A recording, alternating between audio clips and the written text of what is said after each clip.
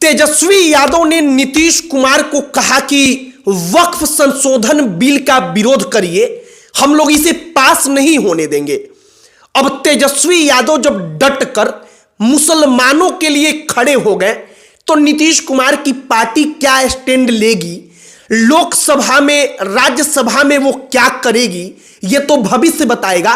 लेकिन सवाल उठता है कि आखिरकार ये वक्फ बोर्ड का मामला है क्या, आखिरकार ये बिल है क्या कि इससे तेजस्वी यादव को इतनी दिक्कत हो गई या मुसलमानों को इतनी दिक्कत हो गई, या असलियत में इससे आम मुसलमान को कोई दिक्कत है ही नहीं, केवल एक कहानी बनाई गई है जिसके पीछे पूरा का पूरा राजनीति चमकाने का प्रयास हो रहा है। आखिरकार केंद्र की सरकार वक्फ बोर्ड का जो नियम है उसमें बदलाव क्यों कर रही है, और कैसे वक्फ बोर्ड अगर चाहे तो वो किसी के जमीन पर दावा कर देगा कि ये जमीन हमारा है और उसकी सुनवाई भी उसी बोर्ड के अंदर होगी, आप अदालत में नहीं जा सकते और उसी का फैसला सर्वमान्य होगा। इन तमाम चीजों को केंद्र सरकार बदलना चाहती है। कैसे वक्फ बोर्ड के पास इस पूरे के पूरे देश में रेलवे और रक्षा मंत्रालय के बाद सबसे ज्यादा जमीन है। आज एक एक करके आपको पूरी कहानी बताएंगे, लेकिन उससे पहले हमारा नमस्कार स्वीकार करिए। हमारा नाम मोहित कुमार सिंह है। तेजस्वी यादव, अखिलेश यादव, जो तमाम कांग्रेस पार्टी के नेता हैं, जो तमाम मुसलमान नेता हैं, वो तमाम नेता कह रहे हैं कि केंद्र की सरकार मुसलमानों के पर्सनल लॉ में हस्तक्षेप कर रही है। मतलब भारत सरकार अब उनको छेड़छाड़ कर रही है। अब सबसे पहले हमें समझना होगा कि आखिरकार वक्फ बोर्ड है क्या और इसमें संशोधन का मतलब क्या है। जो केंद्रीय अल्पसंख्यक कल्याण मंत्री हैं किरण रिजिजू, वो लोकसभा में एक बिल को पास करते हैं, पास नहीं करते हैं, माफ करिएगा, वो बिल को पेश करते हैं, इंट्रोड्यूस किया जाता है। उसका नाम होता है वक्फ संशोधन अधिनियम 2024। अब ये जो अधिनियम है वो क्यों किया जा रहा है इसके बारे में बात करेंगे, लेकिन सबसे पहले आप जरा वक्फ को जानिए कि ये है क्या। दरअसल जो वक्फ बोर्ड है, वो वक्फ शब्द जो है वो अरबी भाषा के एक शब्द है। अगर सामान्य शब्दों में आपको हम बताएं तो इसका मतलब होता है कि वो जमीन, वो जायदाद, वो संपत्ति जो दान कर दिया जाए अल्लाह के नाम पर, खुदा के नाम पर, किसी गरीब के कल्याण के लिए, परोपकार के लिए। अब वक्फ का मतलब आप समझ चुके होंगे। अब वक्फ बोर्ड जो है वो दो प्रकार का होता है, एक शिया का, एक सुन्नी का। और शिया और सुन्नी क्या है? मुसलमानों के दो अलग अलग अंग। मुसलमान धर्म में, इस्लाम में एक शिया मुसलमान होते हैं, एक सुन्नी मुसलमान होते हैं। होते तो और भी हैं, लेकिन भारत में मुख्यतः शिया और सुन्नी पर हम बात कर रहे हैं क्योंकि वक्फ बोर्ड में इनका ही दखल है। अब वक्फ बोर्ड का आप मतलब समझिए। वक्फ बोर्ड जो है वो अगर किसी संपत्ति को कहता है कि ये संपत्ति मेरा है, तो उस संपत्ति पर वो दावा कर देगा, और दावा करने के बाद अब आपकी जिम्मेदारी है कि आप इस बात का प्रूफ लेकर आए, सबूत लेकर आए कि वो संपत्ति आपकी है, बल्कि वक्फ बोर्ड की नहीं है। आप इसका मतलब समझिए कि हमारी जमीन है, उस जमीन पर वक्फ बोर्ड ने कल की तारीख में दावा कर दिया कि वो जमीन मेरा है, तो अब हमको ही साबित करना होगा कि वो जमीन मेरा है। अगर हम साबित नहीं कर पाएंगे तो वो जमीन वक्फ बोर्ड का हो जाएगा। वक्फ बोर्ड को साबित नहीं करना है कि वो जमीन किस आधार पर उनका है।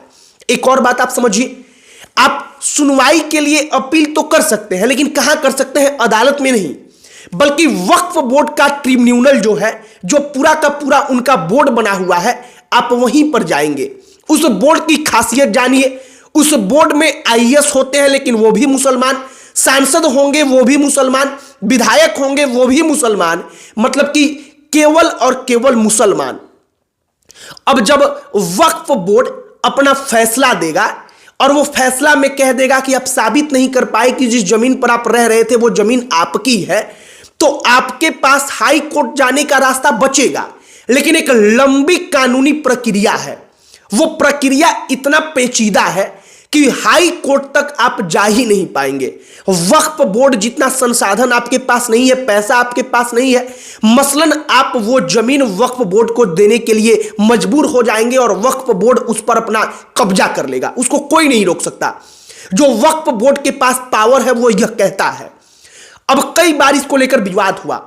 जैसे हम पढ़ रहे थे तो पता चला कि तमिलनाडु का कोई एक मामला है जहां पर हिंदुओं के पूरे गांव को वक्फ बोर्ड ने कहा कि ये मेरा है।